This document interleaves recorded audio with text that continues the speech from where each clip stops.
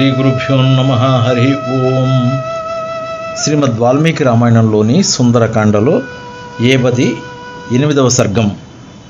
మహాబలశాలురైన హనుమదాది వానర ప్రముఖులు అందరూ ఆ మహేంద్రగిరి శిఖరంపై కలుసుకొని మిక్కిలి సంతృప్తులై ఉన్నిరి. మహాత్ములైనటువంటి వానరులు సంతుష్టులై కూర్చుని ఉండగా పరమానందభరితుడై ఉన్నటువంటి జాంబవంతుడు సంతోష తరంగితుడు కపిప్రవరుడు అయినటువంటి హనుమంతునితో సీతా దర్శనాది రామకార్య వృత్తాంతాన్ని గురించి ఇట్లు ప్రశ్నించెను. సీతాదేవిని ఎట్లు కనుగొంటివి? ఆమె అచ్చట ఎట్లున్నది? ఆ సాధ్వీయుడ క్రూరకర్ముడైనటువంటి రావణుని ప్రవర్తన ఎలా ఉన్నది? ఓ మహాకపీశ్వర, ఈ విషయములన్నిటికీ యథాతథముగా వివరింపుము. సీతాదేవి జాడను ఎట్లు తెలుసుకుంటివి? ఆమె ఇచ్చిన సందేశం ఏంటి? విషయములన్నింటినీ తెలుసుకుని పిమ్మట కర్తవ్యమును గూర్చి ఆలోచింతుము. మనము శ్రీరాముని సన్నిధికి వెళ్ళి అచ్చట ఆ ప్రభువునకు తెలపదగినటువంటి విషయాలు, దాచవలసినటువంటి విషయాలు అన్నింటినీ ప్రజ్ఞాశాలి అయినటువంటి నీవే స్పష్టంగా వివరింపము అన్నాడు జాంబవంతుడు. జాంబవంతుడు ఇలా అర్థింపగా హనుమంతుడు గగుర్పాటును పొందినవాడై సీతాదేవికి మనస్సునందే ప్రణమిల్లి జాంబవంతునితో ఈ విధంగా ప్రత్యుత్తరం ఇచ్చాడు. నేను సముద్రాన్ని దాటుటకు సన్నద్ధుడనై మహేంద్రగిరిపై నుండి ఆకాశమునకు ఎగురుటకు మీరు స్వయముగా చూచి ఉంటుంది కదా. నేను వెళ్ళుచుండగా దారిలో ఒక మహావిఘ్నం వంటిది ఎదురైంది. మిక్కిలి మనోహరమైన దివ్యమైన ఒక బంగారు శిఖరాన్ని చూశాను. నా దారికి అడ్డంగా ఉన్నదని తలచి ఆ గిరిని ఒక విఘ్నంగా అనుకున్నాను. దివ్యమైనటువంటి ఆ బంగారు కొండను సమీపించి దీనిని బద్దలు కొట్టాలి అని లోపల భావించాను.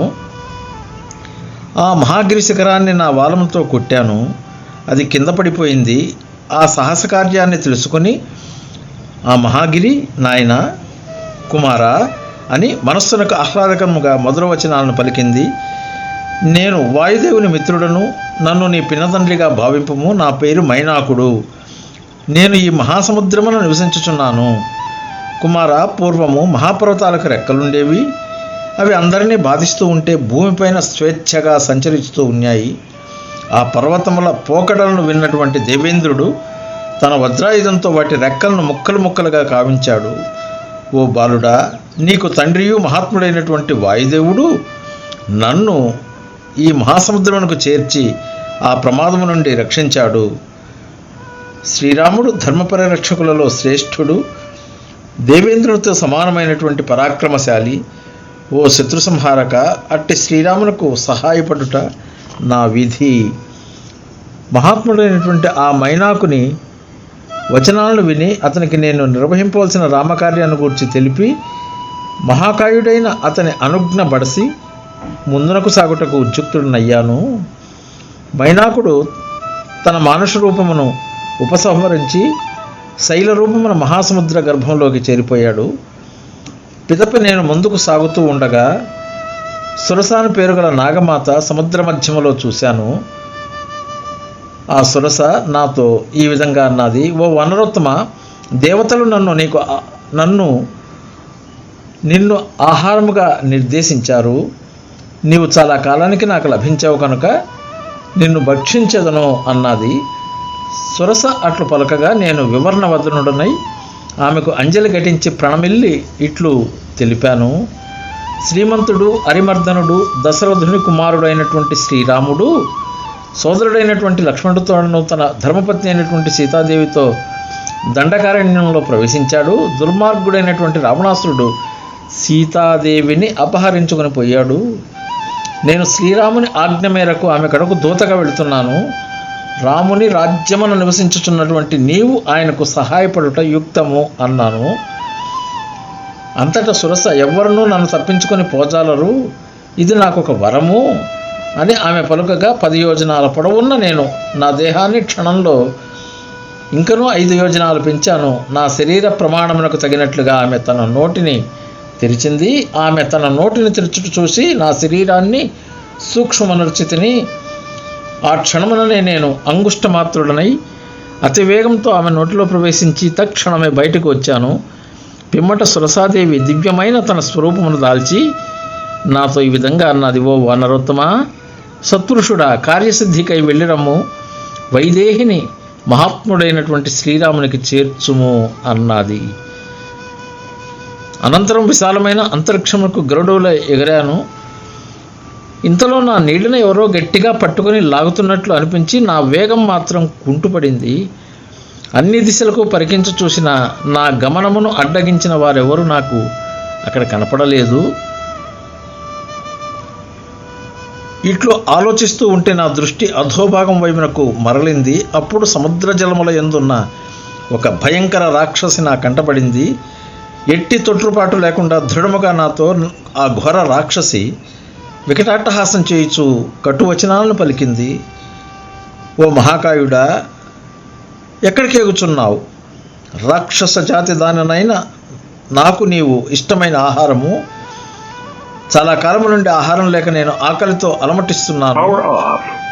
కనుక నీ దేహమును నాకు ఆహారంగా సమర్పించి నా ఆకలిని తీర్చి నాకు సంతృప్తిని కూర్చుము అని అన్నది. సరే అంటూ ఆమె మాటకు ఎదురు చెప్పక, ఆమె నోటి ప్రమాణము కంటే అధికముగా నేను నా శరీరాన్ని పెంచాను. నన్ను భక్షించుటకై ఆమెయు తన ముఖమును భయంకరంగా పెద్దదిగా చేసింది. కామరూపుడైన నన్ను గూర్చి కానీ నా ప్రతిక్రియను గూర్చి కానీ ఆమె ఎరుగదు. పిమ్మట నేను ఆ మహాకాయమును సూక్ష్మంగా చేసి మరుక్షణమునే ఆమె గుండెను చీల్చుకొని ఆకాశంలోకి ఎగిరాను. పర్వత సదృశమైనటువంటి దేహము గల ఆమె యొక్క గుండెను నేను చీల్చివేసినప్పుడు భుజసందులు శిథిలము కాగా భయంకరముగా ఉన్నటువంటి ఆమె కళేబరము సముద్ర జలముల్లో పడిపోయింది. ఆ సింహికను చంపిన పిమ్మట ఛాయాగ్రహణం ద్వారా ఆమె నన్ను చంపుటకు చేసిన ప్రయత్నం గూర్చి జ్ఞప్తికి తెచ్చుకొని ఆకాశ మార్గంలో పురోగమించాను. సూర్యుడు అస్తమించుచుండగా మిక్కిలి పరాక్రమశాలురైనటువంటి రాక్షసుల కంటపడకుండా నిశాచరులకు నిలయమైనటువంటి లంకను చేరుకున్నాను. లంకలో ప్రవేశిస్తపోతూ ఉంటే ఒక స్త్రీ వికటాట్టహాసం చేస్తూ నా ఎదుట నిలబడి అగ్నిజ్వాలల వంటి కేశములు గల రాక్షస స్త్రీ నన్ను చంపుటకై నా మీద దాడి చేసింది. ఆ భయంకర రాక్షసిని ఎడమ చేతితో ఒక చిన్న ముష్టిఘాతం ద్వారా పరాజితను గావించాను. అప్పుడు ఆ లంకాపురాది దేవత, నీ పరాక్రమముచే అపజయం పాలైతిని, నన్ను ఓడించిన నీకు ఈ రాక్షసులు ఒక లెక్క కాదు. అందువలన ఈ రాక్షసులందరిలో నీ చేతిలో నిశ్శేషముగా ఓటమిని చవిచూస్తారు. జానకీదేవి జాడకై ఆ రాత్రంతా లంకానగరంలో గాలిస్తూ క్రమంగా రావణాంతపురంలో అడుగిడెను. అయినను ఆమె అచ్చట కనపడలేదు. శోకమగ్నుడ అయినటువంటి నాకు విశాలమైన బంగారు ప్రాకారము, సర్వోత్తమమైనటువంటి ఒక గృహోపవనం కనపడింది. అంతటా నేను ఆ ప్రాకారాన్ని దాటి అనేక వృక్ష పంక్తులు గల అశోకవనంలో చూశాను. ఆ వన మధ్య భాగంలో మిక్కిలి ఎత్తైన ఒక సినుసుపా వృక్షం కలదు. ఆ చెట్టు పైకెక్కి బంగారం అరటి వనాన్ని గాంచి తిని ఆ సినుసుపా వృక్షం సమీపంలో బంగారు మేని ఛాయ కలిగినటువంటి సీతాదేవిని చూశాను. ఆమె నడి యవ్వనంలో ఉన్నది. ఆమె కనులు తామర రేకుల్లాగా ఉపవాసములచే ముఖం వాడి ఉన్నది. ఒకే వస్త్రమును ధరించి ఉన్న ఆమె కేశాలు ధూసరితములై ఉన్నాయి. ఆమె శోక సంతాపంచే దీనవదనయ్యి ఉన్నది. నిరంతరము పతిహితమును కూర్చి ఆలోచిస్తూ ఉన్నది. భయంకర రూపము కలిగి రక్త మాంసమును భక్షించినట్టి క్రూర రాక్షస స్త్రీలచే పరివృతమై ఉన్నటువంటి సీతాదేవి ఆడు పులుల మధ్య చిక్కుబడిన లేడివలా కనిపించింది. తైల సంస్కారానికి నోచుకొని ఆమె కేశాలు ఒకే జడగా ఏర్పడి ఉన్నాయి. నిరంతరం భర్తనే స్మరించు అక్కడ నేలపై కూర్చుని ఉన్నటువంటి తల్లి దగ్గరికి రావణాసురుడు రావడం జరిగింది. రావణుని గృహము నుండి వడ్డాణముల ధ్వనులు, కాలియందల రవళలు కలిసి గంభీరములైనటువంటి గలగల ధ్వనులు వినిపించాయి. నేను మిక్కిలి కలత చెందిన వాడై నా రూపాన్ని చిన్నదిగా చేసుకుని సిన్సుపావృక్షంపై ఆకుల చాటున పక్షి వలె దాగి ఉన్నాను. పిమ్మట మహాబలశాలి అయినటువంటి రావణాసురుడు అతని భార్యలు సీతాదేవి ఉన్న ప్రదేశానికి వచ్చారు. సౌందర్యవతి అయినటువంటి సీతాదేవి రాక్షస ప్రభు అయిన రావణుని కాంచిన వెంటనే ఊరువులను దగ్గరకు ముడుచుకొని వక్షస్థలాన్ని తన బాహువులతో కప్పుకున్నది.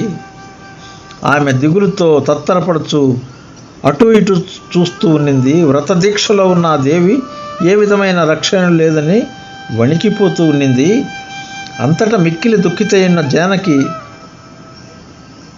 ఎదుట దశకంఠుడు శిరస్సు వంచి నేలపై వ్రాలి ఇట్లన్నాడు, ఓ సీత, నా ప్రేమను ఆదరింపము.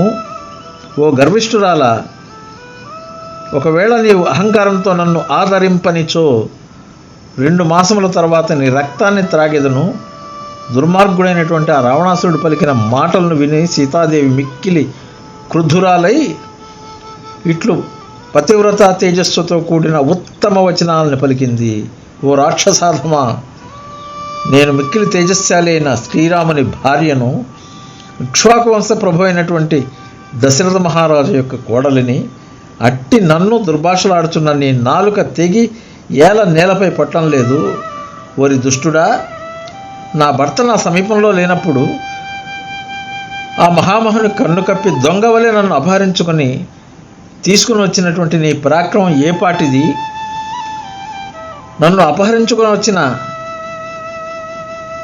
నీవు ఏ విధముగాను శ్రీరామంతో సమానుడు కాజాలవు. ఆ రఘువంశ ప్రభు అజేయుడు, సత్యవాక్ పరిపాలకుడు, యుద్ధమున సాటి లేని వీరుడు, సమరమున ఎవ్వరిని విడిచిపెట్టడు. శత్రువులు సైతము ఆయన రణకౌశలాన్ని మెచ్చుకుంటారు. సీతాదేవి పలికినటువంటి ఈ పరుష వచనాలని రావణాసురుడు కోపంతో చితాగ్నిలాగా మండిపడ్డాడు. అంతటా అతడు క్రూరముగా గుడ్లుముచు తన కుడి చేతి పిడికల్ని పైకెత్తి మైథిలిని చంపుటకు ఉద్యుక్తుడయ్యాడు. అప్పుడు అచ్చటి రాక్షస స్త్రీలందరూ హాహాకారాలు చేశారు. ఆ దుష్టుని భార్య అయినటువంటి మండోదరి స్త్రీల మధ్య నుంచి ముందుకు వచ్చి ఆమె అతని సమీపానికి చేరి ఆ కామాతురుని వారించుచు మధుర వచనాలు ఇట్లు పలికింది. పరాక్రమమున దేవేంద్రుని వంటి వాడా, సీతాదేవితో నీకేం పని? ఆర్య, నాతో రమింపము. ఏ విధముగాను సీత నాకంటే అందగత్తె కాదు.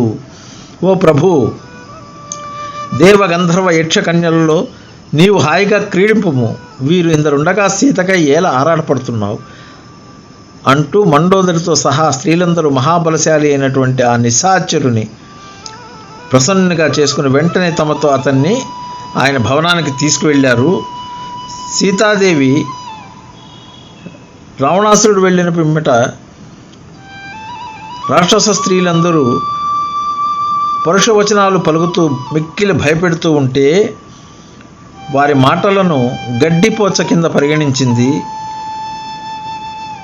పచ్చి మాంసను భక్షించట ఆ రాక్షస స్త్రీలు తమ గర్జనలన్నీ వృధా కాగా ఏమీ చేయజాలక సీతాదేవి యొక్క దృఢ నిర్ణయాన్ని రావణానికి నివేదించారు. ఆశలు వదులుకుని చేష్టలుడిగిన వారే వారందరూ కలిసి ఆమె చుట్టూ చేరి నిద్రలో మునిగారు.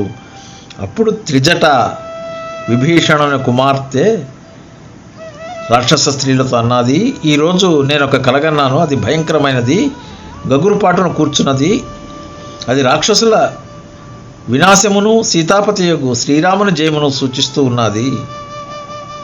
ఆ శ్రీరాముని నుండి రాక్షస స్త్రీలను రక్షించుటకు ఈమెయే సమర్థురాలు కనుక మనము ఈమెను వేడుకొనుట సముచితమని నాకు అనిపిస్తున్నది అని రాక్షస స్త్రీలతో అనగా,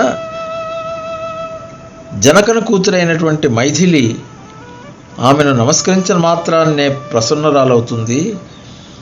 ఈ మహాప్రమాదము నుండి మన రాక్షస స్త్రీలను రక్షించుటకు ఈమెయే అర్హురాలు అని తెలిపింది.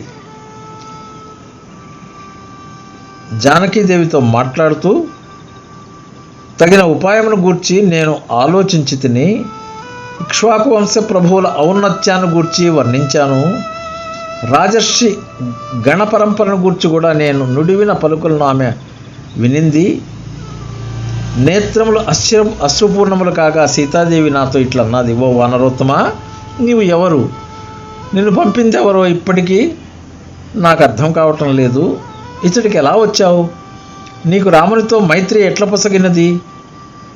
అనగా, ఓ దేవి, సుగ్రీవుడను వానర ప్రభువు నీ భర్త అయినటువంటి శ్రీరామునకు సహాయకుడు. అతడు మహాబల పరాక్రమ సంపన్నుడు. నేను ఆ సుగ్రీవునికి భృత్యుడను. నా పేరు హనుమంతుడు. అసహాయసురుడును నీకు భర్తయు అయినటువంటి శ్రీరామచంద్ర ప్రభువు నిన్ను వెతటుకై పంపగా నేను వచ్చానమ్మా. ఓ పూజ్యురాల, పురుషోత్తముడు శ్రీమంతుడైన శ్రీరాముడు ఆనవాలుగా ఇచ్చిన అంగుళీకాన్ని నీకమ్మని స్వయంగా ఇచ్చాడమ్మా అంటూ ఆమెకు నేను ఇచ్చాను.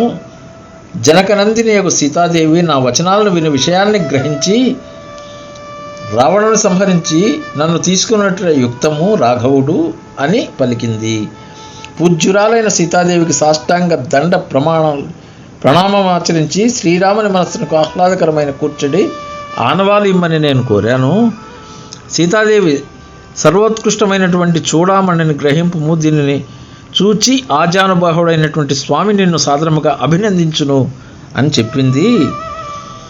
అంతేకాకుండా నేను జీవించి ఉండేది 2 మాసాలు మాత్రమే, వెంటనే వారు ఇచ్చటికి రానిచో శ్రీరాముడు నన్ను చూడజాలడు. నేను ఈ రాక్షసుల మధ్యనే దిక్కులేని దానివల్ల నా తనువును చాలింతును అన్నది. ఆ వనములో అక్కడక్కడ రాక్షస స్త్రీలు ఒక్కుమ్మడిగా వచ్చి నన్ను చూసి వెంటనే రావణాసుడి దగ్గరికి వెళ్ళి తొట్టుపాటు పడుచు ఈ విషయాన్ని ఆయనకు నివేదించారు. వారు తెలిపిన ప్రకారం మహాబలశాలి అయినటువంటి ఓ రాజా, దుష్టుడైనటువంటి ఒక వానరుడు నీ పరాక్రమ ప్రభావాన్ని తెలియక శత్రువులు అడిగిడరాని అశోకవనాన్ని ధ్వంసమునొచ్చాడు అని రావణాసురుడికి తెలిపారు.